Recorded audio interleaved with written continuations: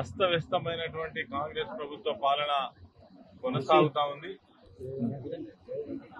రాష్ట్రంలో ఏ ప్రాంతంలో చూసినా రైతుల యొక్క అష్ట కష్టాలు చూస్తుంటే గతంలో తెలంగాణ రాష్ట్రం రాకముందు ఏ పరిస్థితులు అయితే ఉండేనో, నీళ్లు లేక కరెంటు లేక లక్షల ఎకరాల్లో పంటలు ఎండిపోయి ఆనాడున్నటువంటి పరిస్థితులలో వేలాది మంది రైతులు ఆత్మహత్యలు చేసుకునేటువంటి పరిస్థితి ఏ విధంగా అయితే ఉండేనో మళ్ళీ ఆ పరిస్థితులు ఇలా మనకు కనపడతా ఉన్నాయి. చాలా దారుణమైన పరిస్థితి.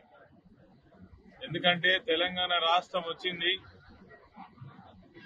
నీళ్లు గాని కరెంటు గాని గత 60 సంవత్సరాలలో రైతులు అనుభవించినటువంటి ఏ బాధ కూడా ఉండద్దనే ఉద్దేశంతో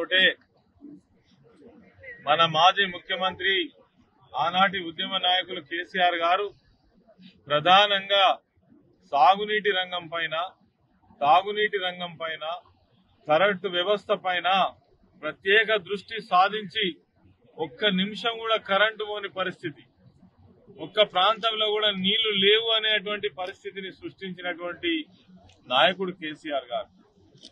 మరి అదృష్టమో దురదృష్టమో ప్రజలు ఏం ఆలోచించారో తెలియదు కానీ ఒక మంచి వ్యవస్థ నడుస్తున్నటువంటి క్రమంలో ప్రజలకు ఏ రకమైనటువంటి ఇబ్బందులు లేకుండా సంక్షేమ రంగంలో పేదవాళ్లకు అందించే సహాయం కావచ్చు, అదేవిధంగా వ్యవసాయ రంగంలో రైతాంగానికి అందించే సహాయం కావచ్చు, అన్ని రకాలుగా అన్ని వ్యవస్థలను తీర్చిదిద్దినటువంటి ప్రభుత్వం ఒక దిక్కు కొనసాగుతున్న క్రమంలో అధికార మార్పిడి జరిగింది.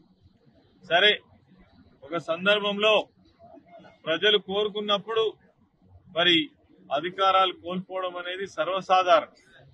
కానీ ఒక బొమ్మ రీలులాగా తీర్చిదిద్ది పెట్టినటువంటి రాష్ట్రాన్ని పరిపాలన చేతగాక, పరిపాలన అవగాహన లేక 3-4 నెలల్లోనే అస్తవ్యస్తమైనటువంటి పరిస్థితి ఈరోజు కనబడతా ఉంది. ఇప్పటికే 20 లక్షల ఎకరాలలో పంటలు ఎండిపోయినట్టుగా మరి ప్రభుత్వ నివేదికలు, ఈరోజు పత్రికలు, టీవీ ఛానళ్లు చేస్తున్నటువంటి రిపోర్ట్.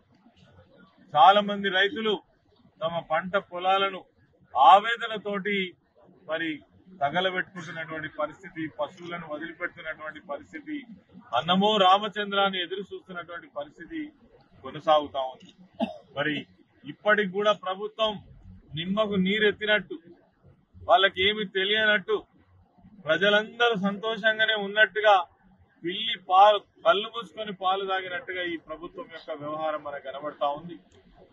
అందుకే బీఆర్ఎస్ పార్టీ పెద్దపల్లి జిల్లా పక్షాన ఈ నియోజకవర్గంలో కావచ్చు, మంత్రి ప్రాంతంలో కావచ్చు, అదేవిధంగా రామగుండం ప్రాంతంలో కావచ్చు, ధర్మపురి ప్రాంతంలో కావచ్చు, యావత్తు పెద్దపల్లి జిల్లా పరిధిలో అనేక వేల ఎకరాలలో ఇప్పటికే పంటలు ఎండిపోయినటువంటి పరిస్థితిని దృష్టిలో ఉంచుకొని ప్రత్యక్షంగా మేము పరిశీలించి రైతులతో మాట్లాడి వాళ్లకు ధైర్యం చెప్పి మీ పక్షాన మేము నిలబడతాం, మీ పక్షాన మేము పోరాడతామని చెప్పేసి ఈరోజు 36 గంటల రైతు నిరసన దీక్షను చేపట్టడం జరిగింది.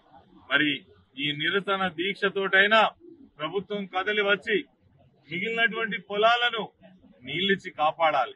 ఎండిపోయినటువంటి పొలాలకు ఏవైతే ప్రభుత్వాన్ని మేము డిమాండ్ చేస్తా ఉన్నాం, 25,000 రూపాయల నష్టపరిహారం ఒక ఎకరాకు చెల్లించి ఆ రైతాంగాన్ని ఆదుకోవాలని చెప్పేసి డిమాండ్ చేస్తూ ఈ యొక్క నిరసన దీక్ష మేము చేపట్టడం జరిగింది. రైతు సోదరులందరూ కూడా మరి యొక్క దీక్షను గమనించాలి. మీరు కూడా ఈ పోరాటంలో భాగస్వామ్యం కావాలి. రైతులకు న్యాయం జరిగేంత వరకు బీఆర్ఎస్ పార్టీ మీ పక్షాన నిలబడుతుందని, మీ అందరికీ ధైర్యంగా ఉంటుందని ఈ సందర్భంగా తెలియజేస్తూ, రేపు స్వయంగా కేసీఆర్ గారే నల్గొండ జిల్లాలో రైతుల పొలాలు ఎండిపోయినటువంటి ప్రాంతాలను మరి వారు కూడా ప్రత్యక్షంగా పర్యవేక్షించడం జరుగుతా ఉంది. రైతుల కోసం ఏర్పడ్డటువంటి పార్టీ తెలంగాణ రాష్ట్ర సమితి. అదేవిధంగా మరి రైతుల కోసం పనిచేసినటువంటి ప్రభుత్వమే కేసీఆర్ గారి ప్రభుత్వం.